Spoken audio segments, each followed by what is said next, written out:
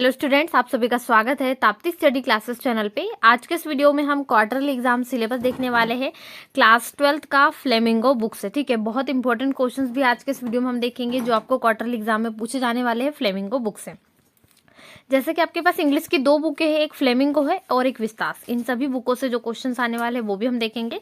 सबसे पहले आज हम फ्लेमिंगो से डिस्कस करेंगे कौन कौन से इंपॉर्टेंट क्वेश्चन जो आपको क्वार्टरली में पूछे जा सकते हैं, साथ ही कौन कौन से चैप्टर जो आपको क्वार्टरली में आने वाले हैं। चलिए सबसे पहले वहीं से शुरुआत करते हैं। तो जो चैप्टर आने वाले हैं क्वार्टरली में उसको मैंने येलो कलर से हाईलाइट कर दिया, आप इन चैप्टर्स को टिक कर लीजिए। ठीक है, सबसे पहले प्रोज में देख लेते हैं। प्रोज यानी गद्यांश, जैसे हम हिंदी में गद्यांश को पढ़ते हैं पार्ट। ठीक है, पार्ट यहाँ पर कौन कौन से आएंगे? द लास्ट लेसन सबसे पहले अल्फोंसो डाउट के द्वारा लिखा गया है। दूसरा है लॉस्ट स्प्रिंग जो कि अनिल जंग के द्वारा लिखा गया है। तीसरा है डीप वाटर जो कि विलियम डगलस के द्वारा लिखा गया है। और चौथा है द रेड ट्रैप जो कि सेल्मा लेगरलॉफ के द्वारा लिखा गया है। और पांचवा है इंडिगो, ये है लॉइस फिशर। ठीक है, इनके द्वारा लिखा गया। तो ये 5 चैप्टर आपको प्रोज से आने वाले, इनको अभी के अभी टिक कर लीजिए फटाफट से। अपनी इंग्लिश की बुक निकाले सबसे पहले, फिर उसमें आपको ये 5 चैप्टर त्रैमासिक परीक्षा सिलेबस करके लिख लेना। ठीक है, चाहे तो आप इनको टी करके भी लिख सकते हैं। इतने 5 चैप्टर को आप अंडरलाइन कर लीजिए। और साथ ही मैं आपको रिड्यूस सिलेबस भी बता देती हूँ यहाँ पर कौन कौन से अब आपको पूरे साल भर नहीं पढ़ना है। वो है आपका चैप्टर 6 पोर्ट्स एंड पैंकर्स, जो कि यहाँ पर नहीं पढ़ेंगे आप। और चैप्टर 8 गोइंग प्लेसेस, ये भी आपको नहीं पढ़ना। ठीक है, चैप्टर 6 और चैप्टर 8 को कट कर लीजिए। इस प्रकार से पेंसिल से छोटा सा कट उस पर बना लीजिए।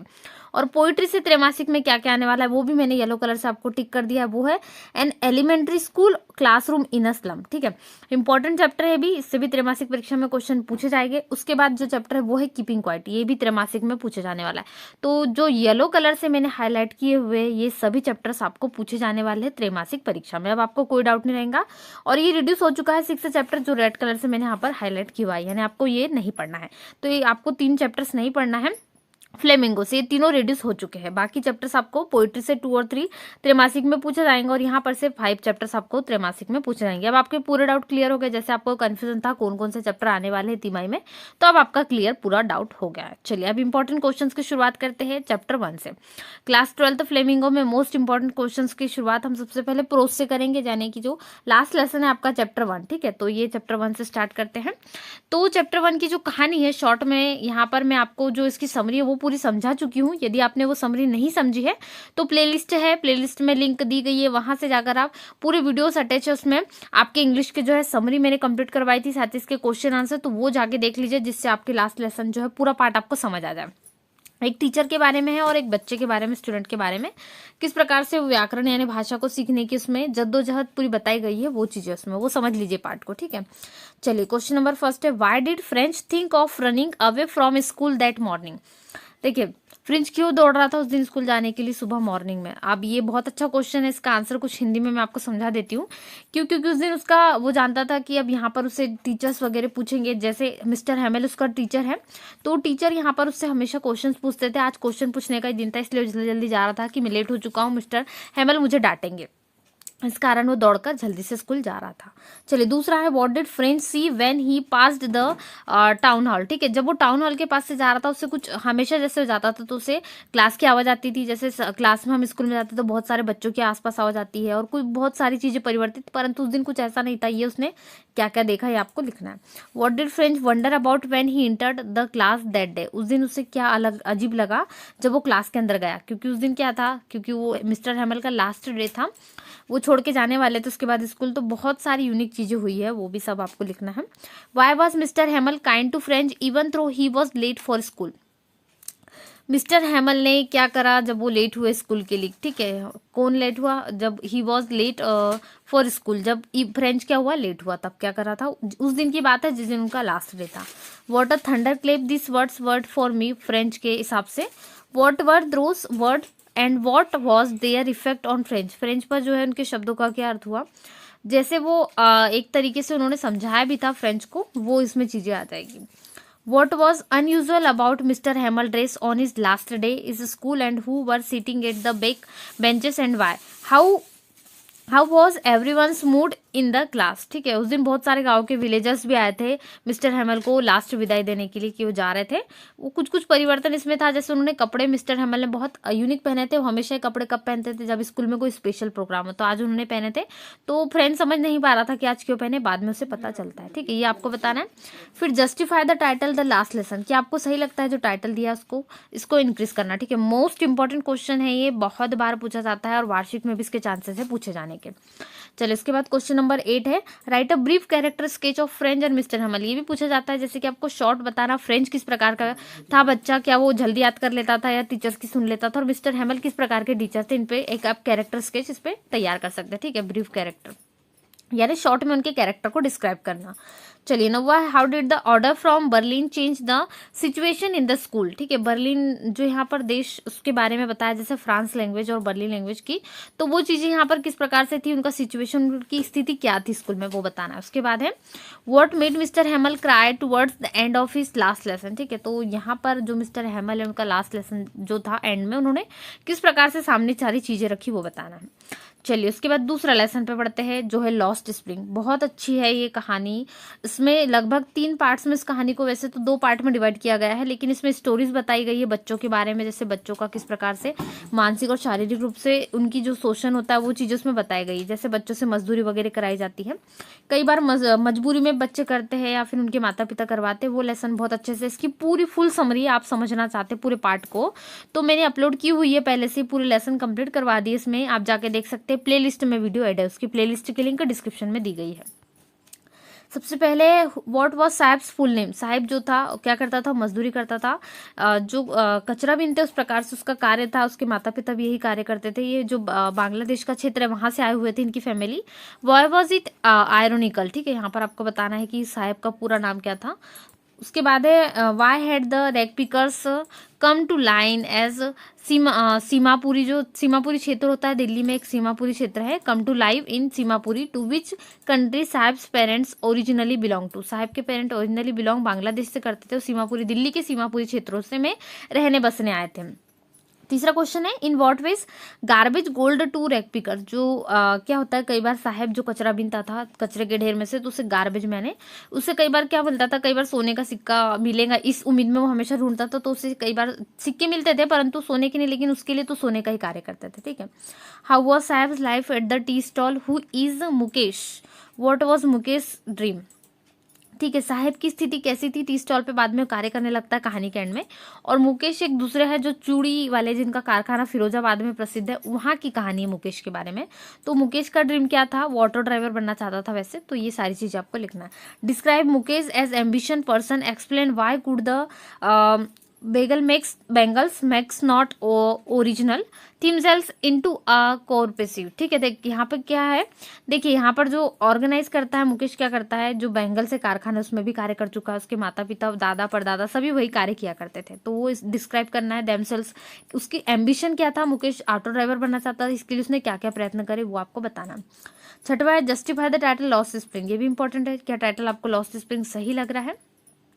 सातवां है what lesson we have learn from Mukesh and Saheb's example.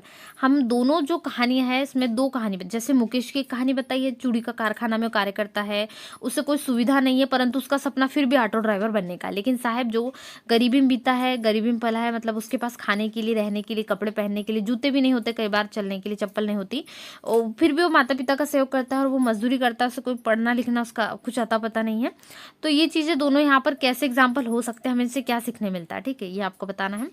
फिर अगला है what kind of life do the rag pickers of Seemapuri lead.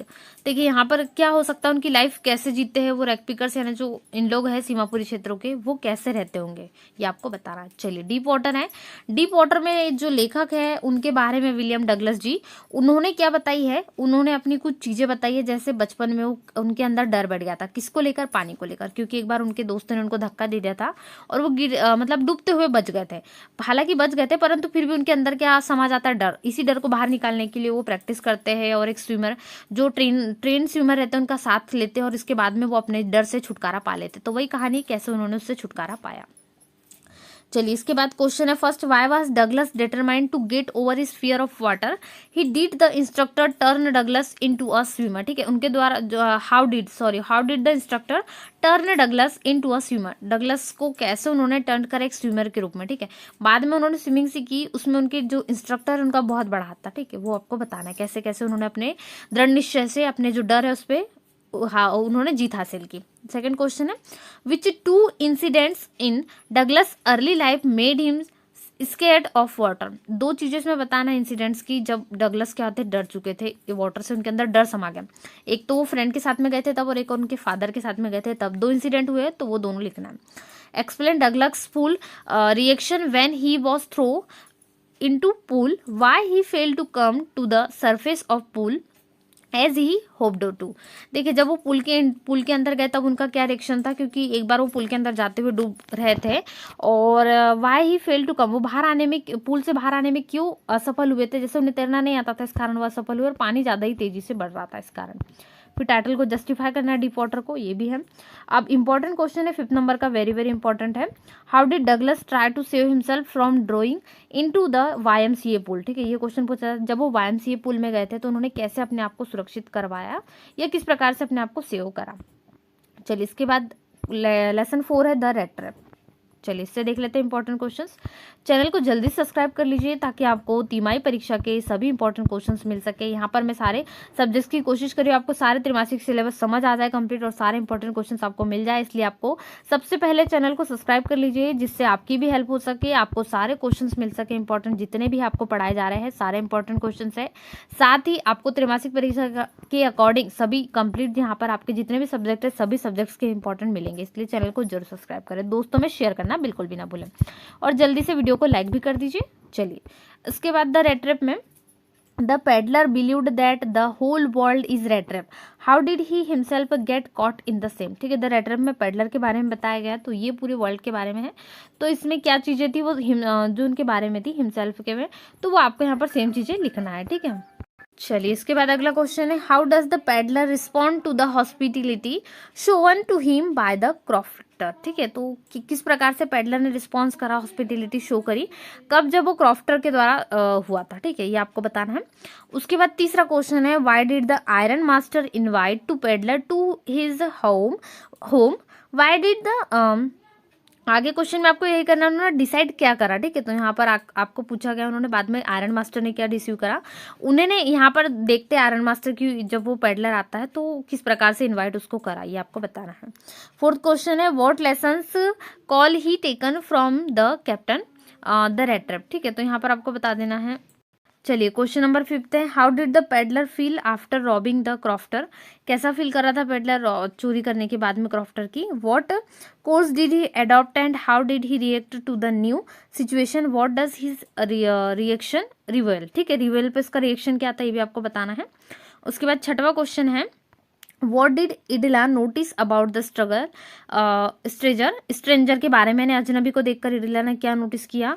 Y did she plead with his father not to send the vagabond away, why did Edla invite the peddler to stay with his family, peddler ने उसको क्यों invite करा, तो Adler जो है वो अपनी family के साथ में रहने के लिए इन्वाइट कर देती है पेडलर को, तो क्यों करा है ये आपको बताना है। क्वेश्चन नंबर 7 है, who was the owners of Ramsjo iron mill, why did he visit the mill that night. ठीक है, वो मिल का मालिक कौन था, जो मालिक है वो बताना है आपको, और साथ में वो मिल के पास में नाइट में क्यों गए थे वो भी बताना है। फिर क्वेश्चन नंबर 8 है, व्हाट वाज द, फिर नेक्स्ट क्वेश्चन है question number 8, what was the question of the writer to Edla by the peddler. ठीक है, ये आपको बताना है। फिर 9 है, why did the peddler knock on the cottage by the road side, how was he treated by the owners of 2 cottage. ठीक है, ओवंस यानी यहाँ कॉटेज के बारे में था, तो उन्होंने किस प्रकार से नॉक करा कॉटेज में गया जब पेडलर, तो बताना है। फिर what are the instances in the story that show that the character of the iron master is different from his daughter, उसकी डॉटर से अलग था आयरन मास्टर, कैसे किस प्रकार से स्टोरी में बताया गया है वो आपको बताना है। चलिए लेसन 5 पे बढ़ते हैं जो कि है इंडिगो। तो why do you think Gandhi ji considered the Champaran episode to be a turning point in his life? जो चंपारण था उन्होंने सत्याग्रह करा था, क्या उनको किस प्रकार से उनकी लाइफ का टर्निंग पॉइंट साबित हुआ, आपको बताना है, ठीक है। Why is Rajkumar Shukla described as being resolve? How did Gandhi ji begin his mission in Champaran? उन्होंने किस प्रकार से स्टार्ट करा अपने चंपारण मिशन को? राजकुमार शुक्ला ने किस प्रकार से डिस्क्राइब क्यों करा है, ऐसा आपको बताना, ठीक है। उसके बाद क्वेश्चन नंबर 3 है, give an account of Gandhi ji efforts to secure justice for the poor indigo sharecroppers of Champaran, ठीक है। जो शार्प कॉपर्स थे उनके बारे में किस प्रकार से उन्होंने सत्याग्रह करा, गांधी जी ने उनका सहयोग दिया, आपको बताना है। How did Gandhi ji react? चलिए क्वेश्चन नंबर 4 है, how did Gandhi ji react to the commissioner's advice and where did he go? How were Shukla and Gandhi ji, देखिए राजकुमार शुक्ला के बारे में यहाँ पे बात हो रही है, and Gandhi ji received it Rajendra Prasad home, ठीक है। राजेंद्र प्रसाद के घर में उन्होंने किस प्रकार से रिसीव करा, वो चीज आपको बताना, ठीक है, रिसीव करा।